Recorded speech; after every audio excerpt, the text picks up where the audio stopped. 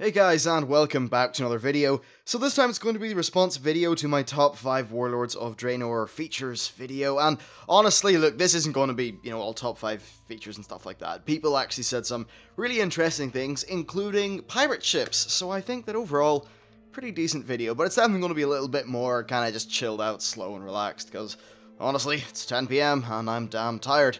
So, first of all, well actually no, it's 10 PM, but it's the 10 PM after St. Patrick's Day. You probably know what St. Patrick's Day entails, especially if you're in Ireland. So yeah, anyway, question the first, or comment the first. Someone said that his most anticipated features are going to be seeing the updated zones. Basically, the guy's really big on the kind of shattered zones like parts of Outland, Fellwood, the Plaguelands, and that seeing what Draenor is going to be like before all of Ner'zhul's Gateway shenanigans happened will be pretty cool. And actually, this is something that I totally omitted from the video. Okay, it was my top 5, and this wouldn't make it into the top 5 anyway, but I think I really should have done an honourable mention for it, because absolutely I cannot wait to see this. And I think that there's actually an important point to be kind of made here. So basically, with Cataclysm, they took the vanilla world, which was a very cohesive world when you think about it, really, and they destroyed it, but then it was permanently destroyed and scarred. And I feel that that process really killed the charm of a lot of zones. There's just so many places they had a charm based on what they were. Take Desolace as an example. Now, this is going to be a contentious point, but Old Desolace was something that some people really liked and some people really hated. It definitely had its own tone. I think that everyone will agree with that. It was very freaking desolate, and there are some people who liked that. But then with the Cataclysm revamp, they kind of made it half undesolate, half desolate, and really nobody particularly liked either bit. And then let's just say the Thousand Needles, right? I think that zone was so much more cool before it was flooded. Like, way more cool. I miss the Salt Flats. There was something about that. There was something about the just expanse of it all that I really liked. So I think that by damaging those zones via the Cataclysm, it was a bit of a mistake. But the key difference with this whole Outland thing is, well, first of all, it's not changing anywhere in the game permanently, but more importantly, it's taking something that's broken and showing us what it was like before it was that way. And there are so many zones like Shadowmoon Valley and Netherstorm, places like that we just can't really imagine. We can't imagine them in their proper state at all, because they were so different, and they were so badly broken. So it's going to have this really cool effect, because Blizzard can, of course, use their full imagination when recreating the zones, but we can go into those zones appreciating what they were like when they were destroyed. I think it's just this really cool way of having a kind of double-layered, cake of appreciation.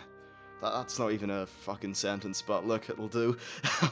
Yeah, I just think that it's going to be very cool, and that contrast will be amazing, and I just personally prefer the move from broken to fixed, rather than the Cataclysm fixed to broken, with the broken being permanent, because I hated the way they killed that charm from some zones. Okay, so next we have a comment from Sam Hart, who says, he was talking about changes to the social engineering of World of Warcraft.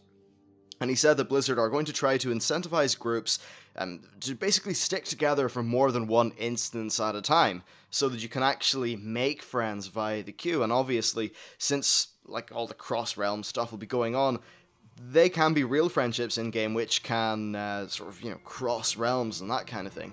That sounded really cheesy, but anyway. So, actually, I think that this is a really interesting thing to look forward to, and in general, social engineering, it's probably a word that has a lot of negative connotations, but if you can socially engineer your game well, then you're probably going to have a constructive, non-toxic player base. And the basis of LFR and just regular LFD, it doesn't encourage toxicity, but it certainly doesn't do anything to help the matter. Well, this way, if you actually incentivize people to to be decent human beings to each other while in a piece of group content like this, then hopefully it should overall just have a nice effect on the player base.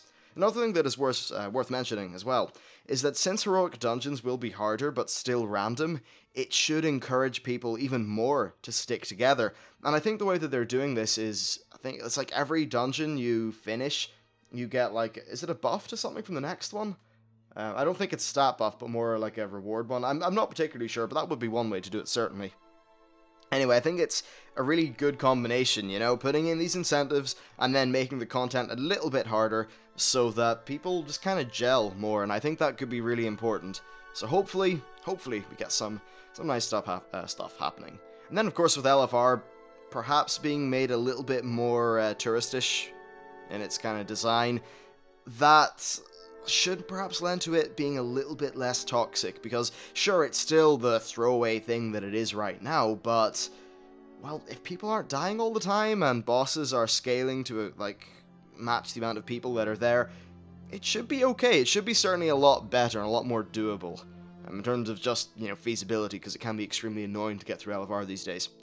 Okay, so next we have a comment from Aurora Gaming, who was talking about the boost level 90 and basically just saying that as a casual player, it was a massive help to him. And this is just a little bit of an opportunity for me to say that I actually think the level 90 boost, let's just not talk about the store feature, but the actual boost just coming with the expansion is such a major selling point. Like, for me personally, I have got a lot of fun out of playing my new druid. I'm sure the people on the stream back there on Saturday noticed that.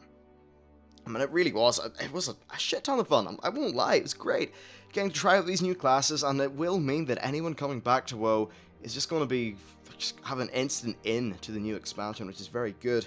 So yeah, it's just worth saying that level 90 boost via the expansions, like just being free with it, has definitely worked out well in my opinion. So that's certainly an excellent thing. Though I'm still not 100% sure about the store.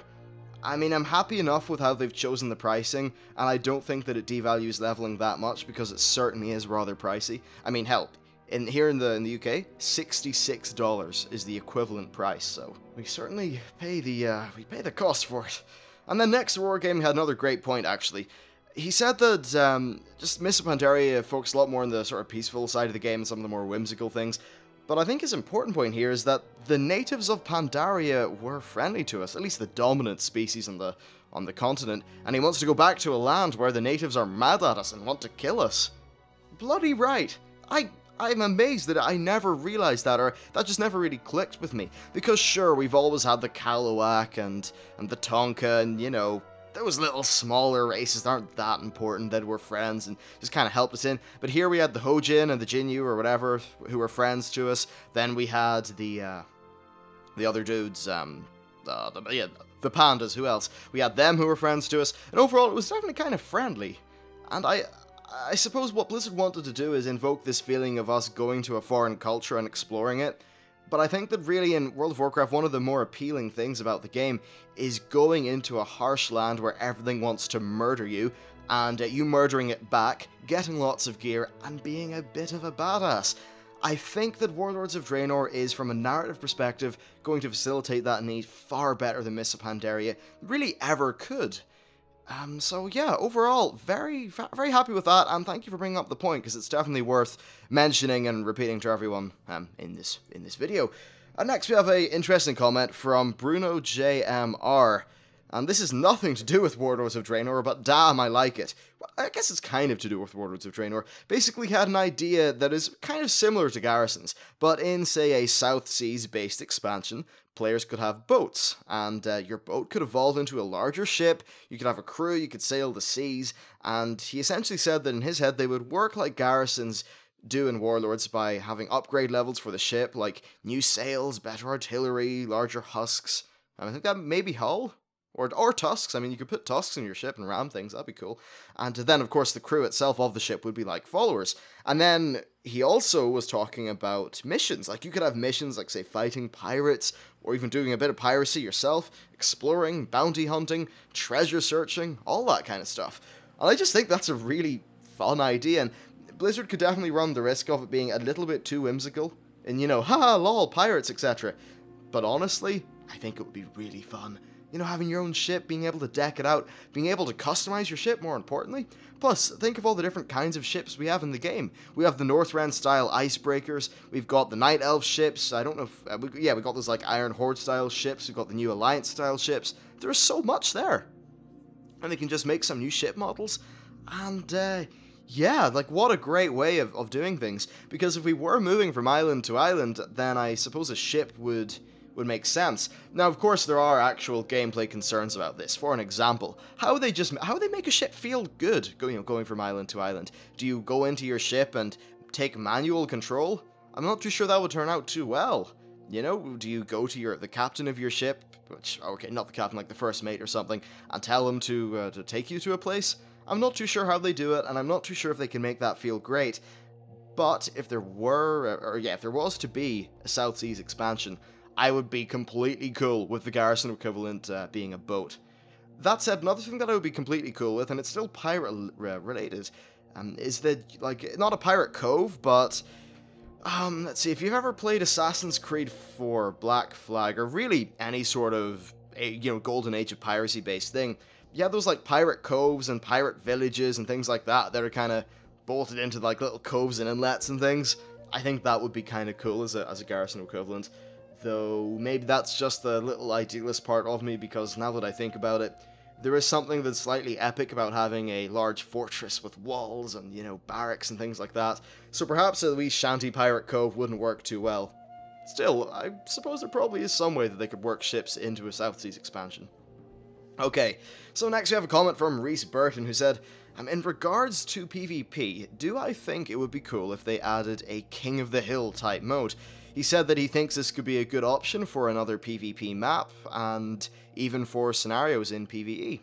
And I think, actually, that's pretty cool. There's something, I'm not going to say romantic about holding your ground, but it's certainly something that resonates with a lot of people.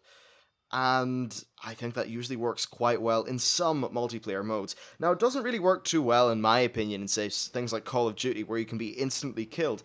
But in something like World of Warcraft, where positioning can actually be important. Yes, it can be important in Call of Duty, but you know what I mean, and you just die so quickly, unlike in WoW. And so I think that, yes, this could work very well, but I wouldn't want them to just draw a circle on a map and say, this is the hill, stand in the hill. No, the hill would have to be something, well, it could literally be a hill, but it would have to be fortified. Maybe there are some items that you can use, like maybe you can roll boulders down the hill, or use some sort of vehicle, like crossbow, ballista, Scorpio style thing. They could really put a lot of mechanics in this and make a really cool King of the Hill attack defend kind of mode.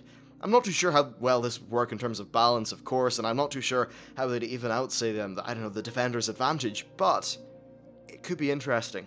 Now, you did say scenarios in PvE. This actually brings me back to a very good point that I made probably a month and a half ago about Lord of the Rings Online and its epic battle system.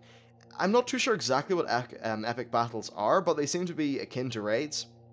And there was one, it was the battle for Helm's Deep, and that whole engagement, and of course the first battle, or the skirmish, whatever, in that series of skirmishes was the battle for Helm's Dyke. If you don't know what Helm's Dyke is, it's basically like, well, it's a dike, which they defended in the books. It was really glossed over in the movie, though. But anyway, in this epic battle thingy, you had a whole bunch of NPCs who you could order and give commands, like, say, put your men in a defensive posture, put your men in a aggressive stance, something like that. And players, along with NPCs, would defend a position. I think that could be a really cool PvE-based scenario, and there's probably a way that they can integrate that with the garrison system to make some sort of cool garrison defense mission. I think that would be kind of interesting. Anyway, so we're going to continue on with a question, or more a comment, from MB1, who said, well, I don't really like the new talent system. That's what he said. He just doesn't like it. He said that really it ruins diversity. Diversity is very low at the minute, and there isn't really a wrong talent to take, which means there isn't any room for error anymore. And he said that the old talent tree was great in his opinion, and there were way more things to pick up, and yeah, so basically he wants to know what I think of the new talent system. And this is time for the controversial opinion. I like the new talent system, but I like it from the perspective of someone who plays a hunter, and that but is very important. I don't know any other class well enough to talk about their talents in depth, but I do know that as a hunter, I use different talent sets for different encounters. Say for, I don't know, back when I was really into the hardcore raiding and Throne of Thunder, when I had a lot of time, I was using different talents on a boss-by-boss basis. There was never something that was just 100% the best all the time. So I think that this is a talent system that has more potential to be good than the previous one, but it's Blizzard's ability to balance said talents that is the real, it's the real problem Not problem, I think they do a pretty good job, but it's the thing that really makes or breaks the talent system, I suppose. Now, in terms of why this is conceptually potentially better than, say, the Cataclysm system, is that every single choice that you make amongst those 4 or 5 tiers, or well, it's like 5 or 6, isn't it? Yeah, whatever. Every choice you make within those tiers is more important, because the ability you get is more powerful. That should mean that you have more decisions of greater weight, which in general for gameplay is quite a good thing. The problem is, of course, when one talent is just flat out better than every single other talent, and they have by no means fixed up every single talent tree. They completely admit this, but as a hunter, I feel like every talent that I have is unique, different, and very interesting. I'll choose different deterrents or disengage talents based on what I'm currently doing. I've only just started using things like Binding Shot, which in challenge modes is extremely useful. So there is a lot of diversity there. It's just about how Blizzard can balance the talents and make them just all work together. So yeah, from the perspective of a hunter, I like the system. I like it more than the old one anyway. And then finally we have a question or comment from Dark Major 91 who said, has Blizzard said anything about the new incoming UI? So things like, say, putting heirlooms in the menu. Well, since BlizzCon they haven't said a great deal, so the information's really the same, and the reason I've highlighted this comment is because I want to talk a little bit about UI in general. World of Warcraft's UI has not changed a great deal in the last few years. Sure, they have added new buttons and new features, but the base, bar at the bottom and all the art for that is the same as it always has been. And now that I think about it, the design has came on since 2004 for a lot of things, and I think they could probably make a better UI, or at least allow players to have, say, bartender-like functionality within the game. I think that would be a very worthwhile thing to do. And I know perhaps someone's going to say to me, well, that would just kill bartender, and I don't think so. Those mods can still offer ultra advanced options, but if Blizzard was to just offer bartender-like functionality, even just a boiled down, basic, but very usable version, I think it would be great. Especially things like removing the art panel, because I think it can be really messy. But just stuff in general, I think they could do a better job of making the game's base UI a bit better. They often do say that it's the sort of thing that players can change by mods, but honestly, if something is... yeah, if a part of your game is something that players really want to fix or change greatly by adding mods, then it's probably a reasonable indicator that it's functionality that you should build, at least in some capacity, into your game. So I think that they should definitely do that. Also, there's probably a lot of players who are turned off by the UI, and, they're not all clued in with the internet and mods and all that stuff, so they just have to subsist with a UI they don't particularly like. Now that said, I do like WoW's base UI. I mean, I think it's pretty decent. It's certainly not that obtrusive, but it could perhaps be done a little bit better. Anyway, that is it for this video. I hope you enjoyed it. Let me know what you think about the pirate guy's questions, because I think the pirate idea could be a great deal of fun, but it could also be something that could go horribly wrong. So yeah, we'll see how that goes. Anyway, thanks for watching. Check out my Twitch stream. That's the big thing that I'm pimping at the minute, and I will see you next time.